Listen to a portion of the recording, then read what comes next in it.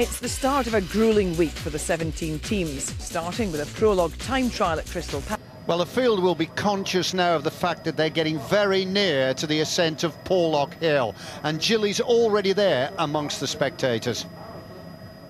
Well, this is the top of Porlock Hill. It's the first big climb of the day, and it's the first Category 1 climb of the whole tour. It's about 4 kilometres, that's 2.5 miles, and is very, very steep in places. Bad enough walking. I wouldn't like to be on a bike. Well, I can confirm those words of Jill because I actually raced up this climb myself in the milk race a few years ago, and it is an absolute brute. Well, this is the peloton just preparing then in the lower slopes, but I can tell you that the two leaders, Palomares and Bach, are approximately a minute and a half ahead of them. Yeah, I don't know Palomares, but Lars Bach, he's a former winner of the Tour of l'Avenir, so certainly a rider not to mess with on this kind of terrain.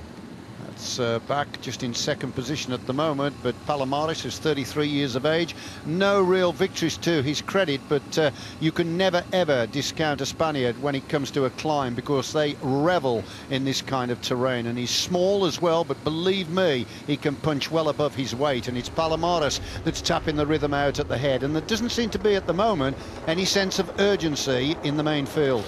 No, you can see the back of the peloton here. Everyone seems to be staying together, so I guess they're riding fairly conservatively on the front, but there's still plenty of heavy roads to come, so they'll know that, and they won't want to use up too much. Not really the best position to be there at the tail of the long peloton, because it's like chasing a shadow, and as the pace is lifted at the front, then you have to react immediately at the back to pounce into the wheel ahead. But still going well, and Palomares continues here to turn the screw.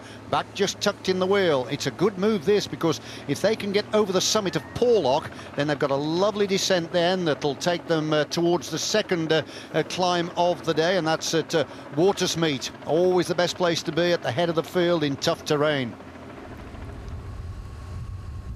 Field still filling the road out here, so we're looking for the long thin line to develop, because when that happens, that's always a telltale sign that the screw is being turned firmly at the front. What are the Tinkoff riders at the back? They're a strong team, and I expect them to start to make their presence felt as this tour begins to unfold. Back continues now at the front here. There are 10 points available for the first rider over the top, 8 for second, and it goes right down to 1. So this is a big counter in the King of the Mountains competition. It's about 4.5 miles, actually, this ascent, so you need to pace your effort well. And the ideal scenario here would be for these two to get over the summit, and then 1 or 2 riders to jump clear of the bunch to strengthen the brace of riders ahead, and then, of course, they could knit together, and then that could be a significant move. Yeah, these two guys tapping out an extremely good rhythm, working very, very well together, and it'll be interesting to see what happens when they get over the descent. And as Rob said, Bach is a talented rider, former winner of the Tour de l'Avenir, which is a sort of small Tour de France, and it's for the younger riders like the under-23s, and that's where they learn their trade. Nice, easy, relaxed style there for Bach. His hands in the middle of the bars, just turning that gear methodically, but it is the Spaniard still, Palomares, at the front, who is going nice and strong at the front. Under the trees, and nearing the summit now.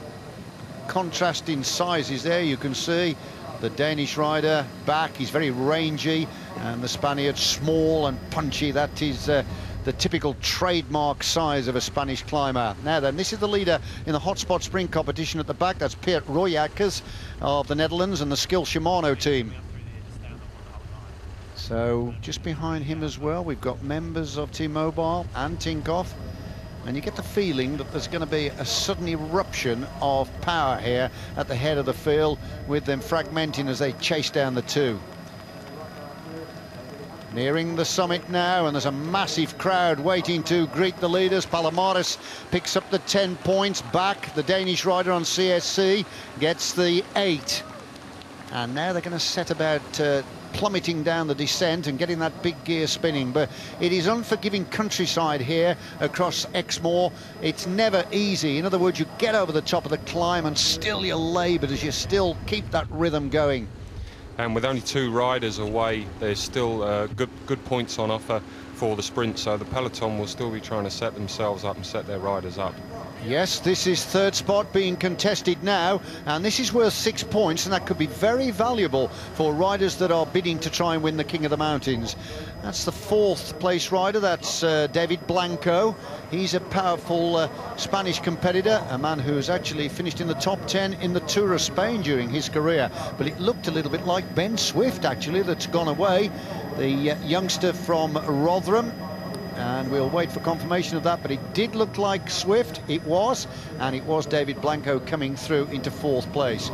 So the youngster from Rotherham, who is actually known as a stagiaire here, which means he's an apprentice in this tour, riding on the Barlow World Team, and if he impresses the manager enough, he will be flagged up to be given a full pro contract. But the leaders continue now. They're over the top of Porlock, and the next climb that they will be tackling is Watersmeet at 68 miles. Lovely sight that, as the fields sweep around the hairpins. They'll be travelling at something along the lines of 50 miles an hour on these descents. Yeah, it's an extremely fast piece of road, this, Hugh, and it's quite a nice change after doing the long climb that they've done, but they've still got to try and save something for later on. Well, the next climb of Watersmeet is actually perceived to be a second category ascent, and you get 6 points for going over that first, and that runs down to 1. But that gives you an indication of the speed as they fly down this descent. You've got to be vigilant, because as the road twists and turns, you need to be just feathering those brakes. It's an interesting sight. Well, not today. No, not today. Look at the crowds, massive crowds out here to support the Tour of Britain. And of course, they were all hooked into watching the Tour de France, and so now they want to watch more pro bike racing. Two leaders continue, Palomares and back, and here is the main peloton sweeping through Linton. Just breaking up a little bit, but that is normal, because it's hard to stay tight into the wheel when you're coming to left-handers like that. This is very difficult on the legs, this kind of section of road. You just come off a nice big fast descent, and then you breaking into a corner and you're straight onto the climb again. Now this is the group that's broken away from the front of the peloton, and they are about to pick up the leaders. In fact, they have done, so that front group has now grown, and we've got 4, 5, so this is a useful little group here. Palomares and back have got company. Now then, this is an interesting development, because we're on the second climb of Watersmeet at 68 miles, and I can't see actually a T-Mobile rider amongst that group. No, I think they've all seemed to have missed it. Whether they've ridden too hard earlier on in the race remains to be seen, but this is certainly a hard part of the stage now. Well, there's just under 40 miles to go. Now, what's happening here? He says, come on, I want you to lift the pace. That's young Matt Cook, actually, a youngster who's riding in the Tour here, and he says to that rider, come on, you've got to contribute to the pace setting. Now, this is what it's all about. If they start to take their turns evenly across the open moors here, they could establish quite a good lead. Yeah, Hugh, as you say, it looks very open, and I would imagine there'd be some pretty strong crosswinds. So a group of 6, that's just a nice number.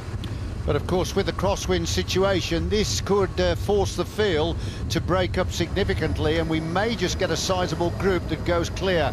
But the leaders are beginning to go about the task of staying ahead of the rest of the field. Looks good. There's 1 or 2, in fact there's 2 riders there from the Fuerteventura Canaria team, the Spanish boys. I don't know too much about this team actually, but they're certainly impressing here on this stage. Yeah, the bunch has split into 2 there. Obviously you've got the stragglers here who are already struggling on the climb, and now they're on a very hard bit of section of road, so that split. 1 riders now in this front posse of riders that have gone clear. A significant split. Yes, Hugh, it'll be interesting to see what the combination is. Here you can see Roger and Cav following him, and they're chasing. It seems to me that they've actually missed the split completely. Well, they are actually almost 11 minutes behind.